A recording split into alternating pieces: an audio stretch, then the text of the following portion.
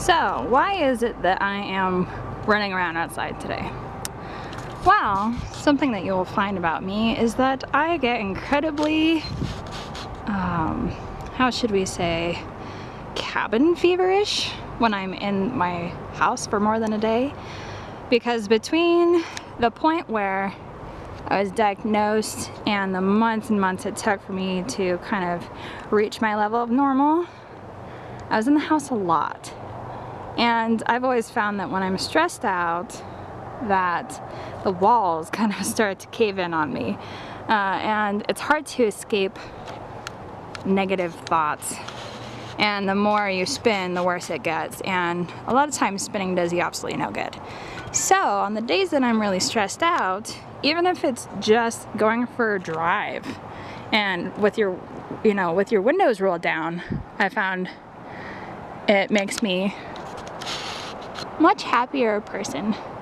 And if you'll notice, that bridge there, that's a freeway. So I am a stone's throw away from my car, but I still get to be out in nature. So that's a good stress tip, at least from me. Do what makes you happy and make sure that you stay as active as you can be, because although it may make you tired, it does good things for your mental health. And if you're mentally well and physically unwell, you can live a good life. But if your mental status is less than perfect, it can make life real difficult. So that's my pro tip.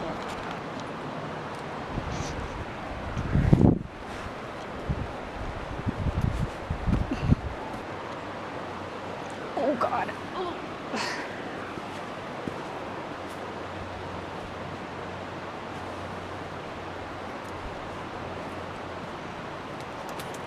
Hey guys. So, oh my gosh, besides me dying, I know you guys are probably wondering why it is that I pretty much have fallen off the map pretty much entirely twice so far. And this latest hiatus has been the longest one I've done since I started making these videos.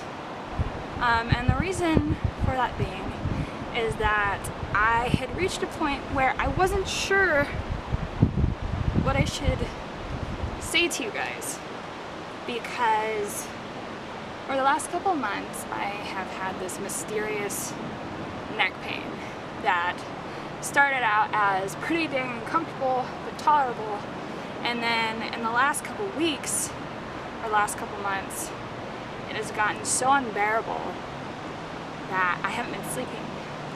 I'll go days with very little sleep, where I'll be up for 28 hours to the point of exhaustion, and then I fall asleep. And I've gone through doctor after doctor, pain specialists and neurosurgeons, and it has just been a revolving door of medical professionals. And with all of those medical professionals, it's been, well, I don't know what's wrong with you. There's something wrong with you, but we don't know what that is. And so I had months and months of tests that felt like they were pointless, because everyone was saying, well, that's nothing. And, that's a fishing expedition. And, just a lot of doubt in what it was I was doing, where I felt like I was chasing a ghost. And I had a lot of doctors who said there was something wrong with you, but we don't know what it is. And so I felt like I'd never had any updates for you guys. And so I quit making videos because I wasn't sure what to say. And so as the weeks progressed and the more tests we ran and the more doctors I saw, the angrier I was becoming, because we weren't finding anything, or we weren't finding anything worth pursuing in the eyes of my doctors. I ended up finding out I had a Chiari malformation, which is considered a rare illness, hooray for me. And it is very common for people with Chiari malformation to have dysautonomia. And I have 4 millimeters of my cerebellum outside of my skull because it's herniated into my neck, basically. And a 4 millimeter Chiari malformation is very small in comparison to some. And to some doctors, they think that that level of herniation cannot cause symptoms. And so they did a CSF flow study where they see where your cerebrospinal fluid is to make sure that there isn't a blockage, because that would consider it to be symptomatic. So we did that test, and the report says that there is no blockage. Now, I've looked at these images myself, and I think I disagree. So I'm going to be going to my neurosurgeon's office tomorrow to see his PA to have them physically look at the images, because I live in a smaller city, so all the doctors know each other. And so I found that when they know the doctor who's reading the images, a lot of times they'll take the report at face value and not actually look at the image themselves. So I'm wanting to double check that, because one, there's nothing I'm losing by having them double check it, and two, you know, what if they didn't read it correctly? What if they skimmed it and wrote the report? You know, you never know these things. But the facts, ma'am, version is that I have 3 brain MRIs and a cervical MRI and cervical x-rays, 2 pairs, and I have doctors telling me there's something wrong with you, but we don't know what it is. And so I've gotten that referral to Stanford, and I finally got one for 2 months from now. And I've been put on personal leave, or I put myself on personal leave, because I was making mistakes. I wasn't comfortable making it work, because if it was a mistake in any other profession, I would say it's not so bad. But my mistakes affect other people. They affect my patients. And so at the point that I'm making mistakes that endanger my patients or have the potential to endanger my patients, I'm not okay with that. So I put myself on personal leave. But that also means I have 2 months of no work before I have this appointment. And I was told that I'm not seeing a neurosurgeon when I get there. I'm seeing another pain management specialist. This is pain management specialist number 5. And so my mom completely blevied, because Stanford for me is 4.5 hours of driving.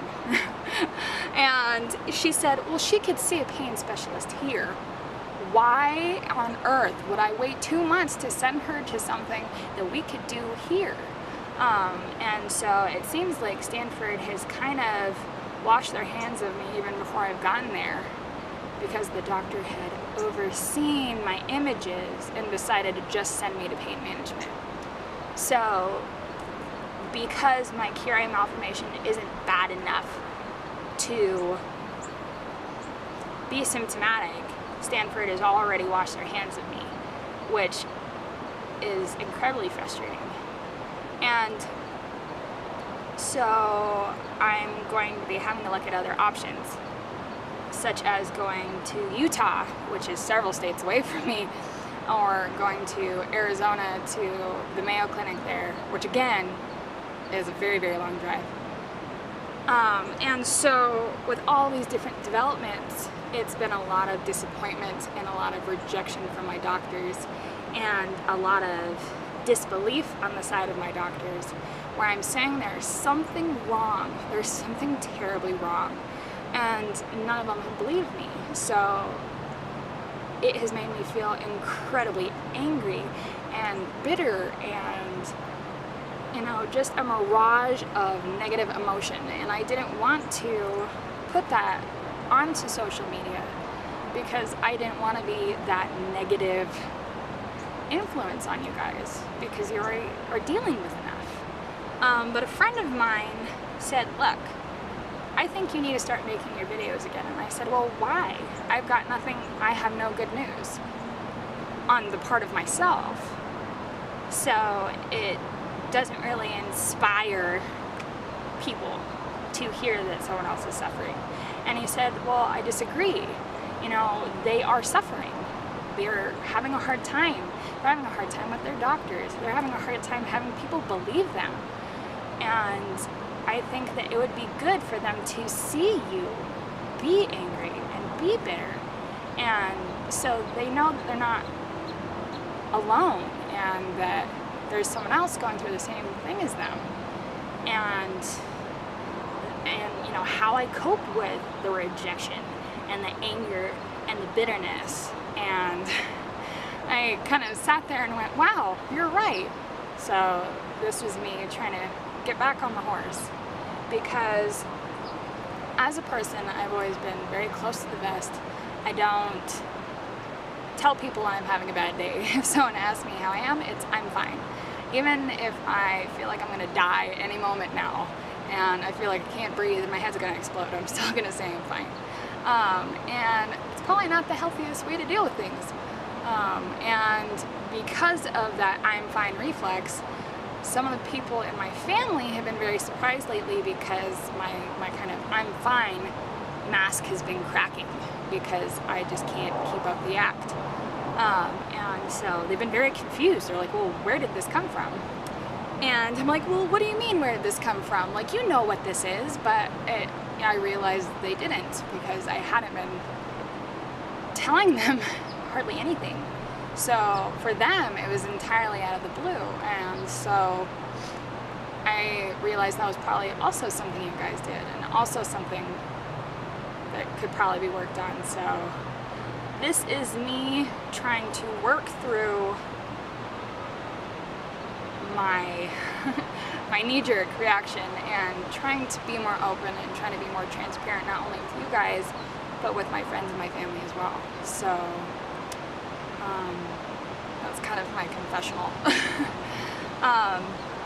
But there are a lot of videos that I want to work on, and because I'm not working, I'm going to have a lot of free time. So I think that making these videos will not only be a good hobby, but it'll also be a good stress reliever to me, because it'll give me an outlet, but it'll also give me kind of more structure, since I'm not working and I'm not really going to school, because I was working full-time up until now. And so you will definitely see more videos from me, and I would imagine that the more momentum I get with the videos, the faster I'll put them out. Part of my reason why I haven't been making any videos is because my laptop actually got crushed. It's been very, very broken, so I'm trying to get money to get a new one, as well as get some better editing software, because the editing software I had before my computer was old enough it was choking on it. So, but yes, good things. I will try to make more videos. I know I've said that before, and I no longer promise. I say I'll try, because part of having a chronic illness is not always having the energy to do things that you want to do, or the motivation, or what have you. So that's my goal. So I figure I will work towards my goal, and I'm not going to be angry with myself if I don't quite make it. That's what's been going on. So I'll see you in the next video.